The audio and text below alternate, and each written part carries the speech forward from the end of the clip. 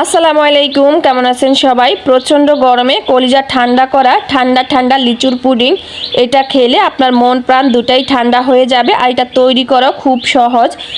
পুডিংটা তৈরি করার জন্য এখানে আমি কিছু লিচু নিয়েছি, লিচুগুলো খোসা ছাড়িয়ে নিয়েছি। এখন এর ভিতর থেকে আমরা বিচিগুলো বের করে নেব। আমি একটা চাকুর সাহায্যে কেটে বিচিগুলো বের করে নিচ্ছি। আপনারা চাইলে কিন্তু হাত দিয়েও এটাকে করে নিতে পারেন। এইভাবে করে সবগুলো লিচু থেকে বিচি ছাড়িয়ে নিয়েছি। এখন এখান থেকে অর্ধেকগুলো লিচু আমি ব্লেন্ডার জগে দিয়ে এটাকে জুস তৈরি করে নেব পুডিংয়ের জন্য। আর বাকি অর্ধেকগুলো আমি এইভাবে আস্ত ব্যবহার করব পুডিংয়ে। এখানে আমি একটা ব্লেন্ডার জগে নিয়ে এটাকে জুস তৈরি করে নিচ্ছি। আপনারা চাইলে কিন্তু শিলপাটাতে বেটে এই কাজটা করে নিতে পারেন। এই তো আমি ব্লেন্ডার জগে গুঁড়িয়ে তারপর এটাকে জুস তৈরি করে নিয়েছি।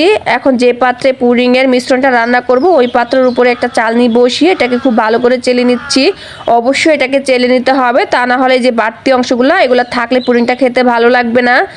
এখন ওই লিচুর জুসের সাথে আমি দিয়ে দিচ্ছি আরও 2 কাপ পানি, দিয়ে দিচ্ছি হাফ কাপ চিনি। অবশ্যই চিনিটা বুঝে শুনে দিতে হবে। দিয়ে দিচ্ছি 1 টেবিল চামচ আগার। এখন সব কিছু একসাথে নেড়ে চেড়ে মিশিয়ে নিচ্ছি। আমি কিন্তু এখনও চুলাটা ধরাইনি, সব উপকরণ একসাথে মিশিয়ে তারপর চুলাটা ধরিয়ে দিয়েছি। আর লিচিটা অবশ্যই মিষ্টি দেখে নেওয়ার চেষ্টা করবেন। এখানে আমাদের মিশ্রণটা কিন্তু রান্না করা হয়ে গেছে। এটা 3 থেকে 4 মিনিটের মতো রান্না করলে হয়ে যাবে, এর বেশি রান্না করার কোনো প্রয়োজন নেই। এখন আমরা যে পাত্রে পুডিংটা তৈরি করব সেই পাত্রে কিন্তু আগে থেকে কেটে রাখা লিচুগুলা সুন্দর করে বিছিয়ে দিচ্ছি। এইভাবে পুডিংয়ে যদি আপনি লিচু ব্যবহার করেন তাহলে কিন্তু পুডিংটা খেতে অনেক বেশি মজা লাগে।